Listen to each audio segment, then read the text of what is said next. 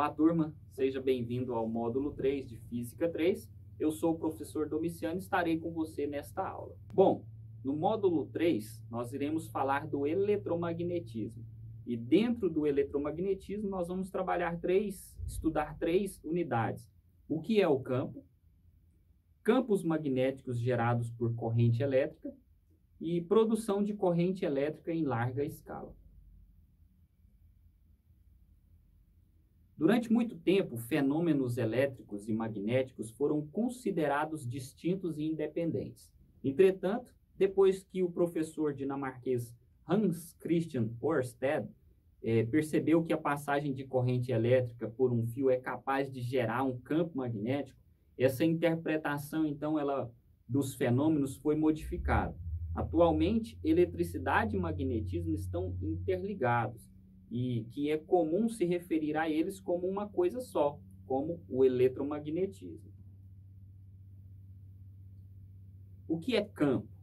O conceito de campo ele pode variar de acordo com a cultura e o contexto. Na física, por exemplo, o conceito de campo é extremamente importante e pode ser representado matematicamente. Então, o conceito de campo, por exemplo, quando uma pessoa está em um quarto escuro e acende a luz, a lâmpada gera uma claridade que se espalha por todo o espaço ao redor, permitindo que a pessoa em questão possa ver os objetos iluminados. Pode-se dizer, então, nesse caso, que a lâmpada gera um campo de luz, ou campo de visão, ou seja, ela modifica o espaço à sua volta de tal forma que os objetos que estão sob esse efeito, campo de luz, tornam-se visíveis para um observador. O campo elétrico e a diferença de potencial. Então, a intensidade do campo elétrico é inversamente proporcional à distância, ou seja, quanto maior a distância entre as cargas elétricas, menor será a intensidade do campo elétrico. Então, toda carga elétrica ela possui um campo, tá? Aqui, ó, nós temos uma carga Q, ok? E em volta dela nós temos um campo elétrico, que é representado por essas linhas de campo aqui, linhas circulares, tá bom? Então, quanto mais distante da carga, menor vai ser o quê? A intensidade desse campo elétrico. O campo elétrico é representado pela letra E, que é igual a uma constante, tá? Que é chamada de constante eletrostática, vezes a carga, o valor dessa carga aqui, dividido pela distância ao quadrado, tá? Então, na linguagem matemática, a equação que você utiliza é essa daqui. Campos magnéticos gerados por corrente elétrica. Numa tarde do ano de 1819, durante uma aula de física, o professor Hans Christian Ørsted observou, surpreso, que a agulha da bússola se movimentava quando era aproximada de um fio metálico que passava uma corrente elétrica. Então, foi aí que ele percebeu que fios elétricos também geram campos magnéticos, tá? Então, a carga elétrica em movimento, ela produz um campo magnético. Campo magnético gerado por um condutor longo e retilíneo que é percorrido por uma corrente elétrica. Então, quando um fio condutor retilíneo ele é percorrido por uma corrente elétrica, ele produz um campo magnético, certo? Então, todo fio que você possa observar, ele vai produzir um campo magnético, certo?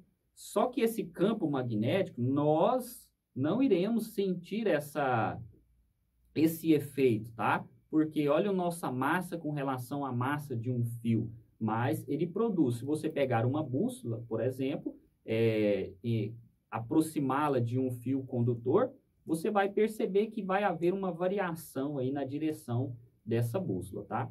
Então, o fio ele é percorrido por uma corrente elétrica, em sua volta vai gerar um campo magnético aí, que é representado por quem? Pela letra B, tá? Então, passou a corrente elétrica nesse fio, gerou um campo magnético. A intensidade do campo magnético gerado por uma corrente elétrica de intensidade I, num ponto qualquer, a distância D de um fio, pode ser determinada por essa equaçãozinha aqui, ó.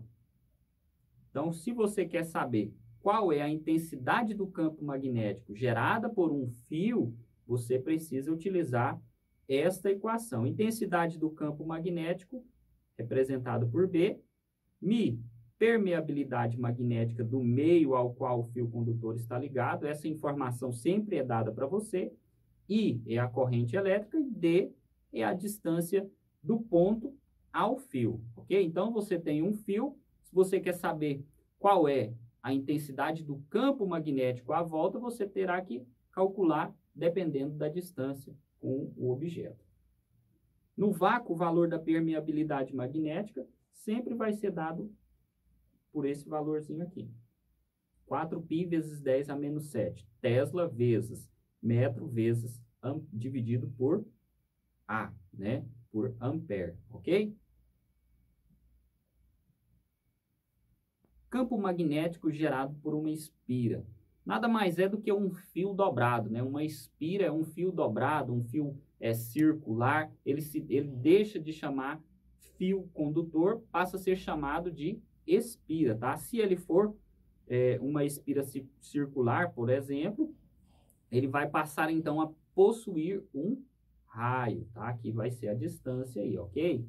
Então, ó, passou uma corrente elétrica, vai produzir um campo à volta desse condutor aqui, dessa espira. Da mesma maneira, aqui, passou uma corrente elétrica, vai em volta criar um campo magnético. O cálculo do campo magnético da espira, né, é dado pela equaçãozinha aqui, ó. B representa novamente o campo magnético, que é dado em Tesla, ok? Mi, que é a permeabilidade magnética, I, intensidade da corrente. Agora, mudei. Passei de D para R. Por quê? É circular. Então, se é um círculo, eu tenho não mais uma distância, mas sim um raio, ok? Então, o raio da espira, tá? Então, quanto maior a espira, maior vai ser o raio. Então, ela pode ser uma espira circular maior com um raio maior, ok?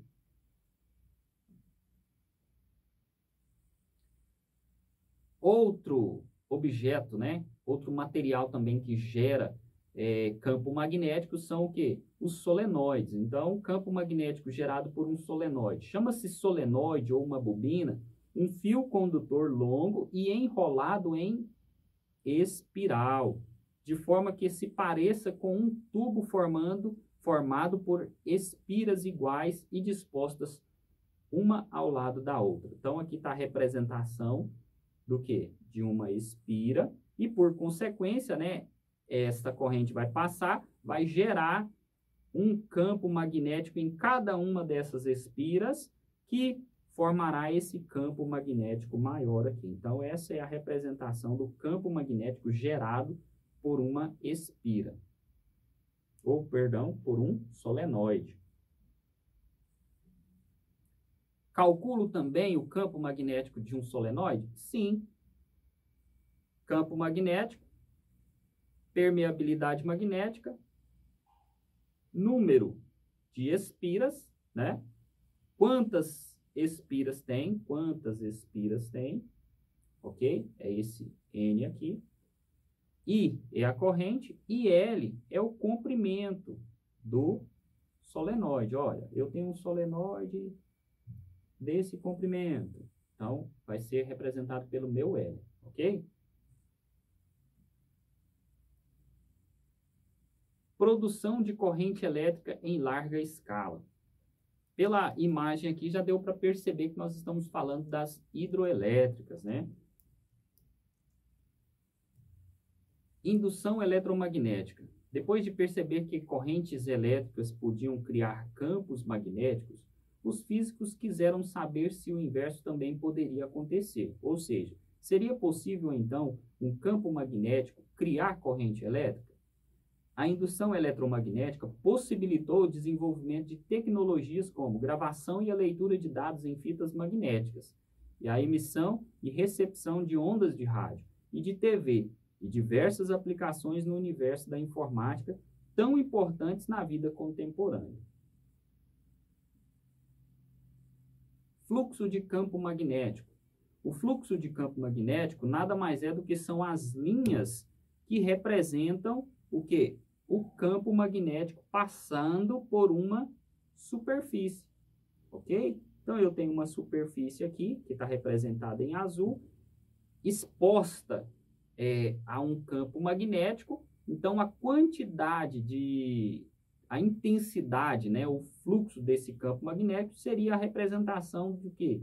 Dessas setas que passam o interior desse objeto aqui, ok? Então, o fluxo do campo magnético, ele associa a passagem do campo por uma superfície definida no espaço.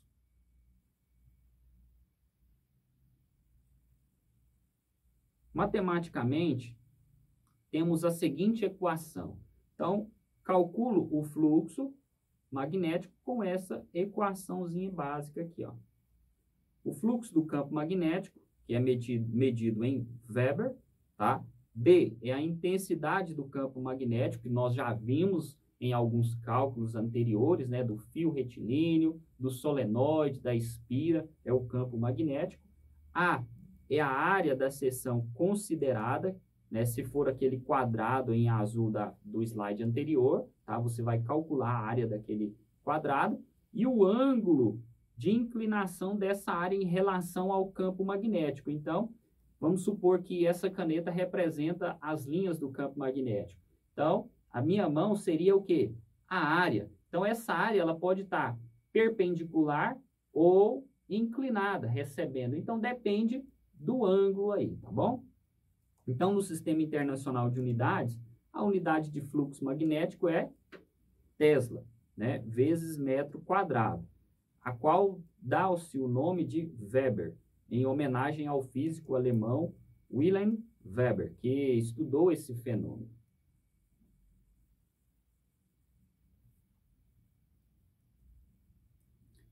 Corrente induzida.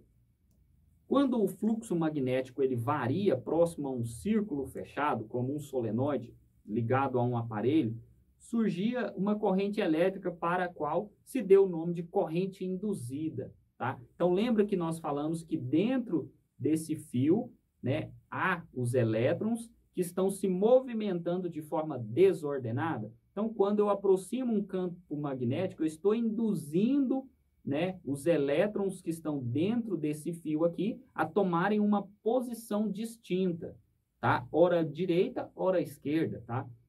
Então, eu aproximo esse ímã e volto, aproximo e volto, né? Faço esse movimento aqui, eu estou induzindo. Aí cria-se, então, uma corrente elétrica nessa espira que vai acender essa lâmpada aqui.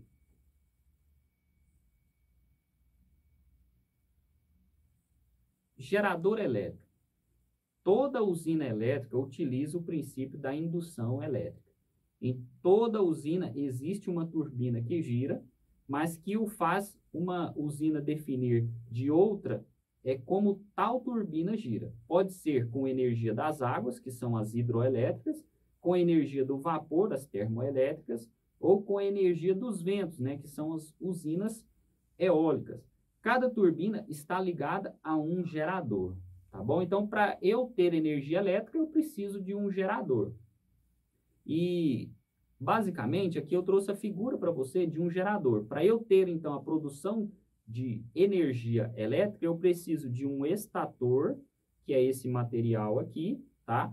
Eu preciso de um rotor, que é essa quantidade de ferrinhos aqui associados em paralelo, vamos dizer assim.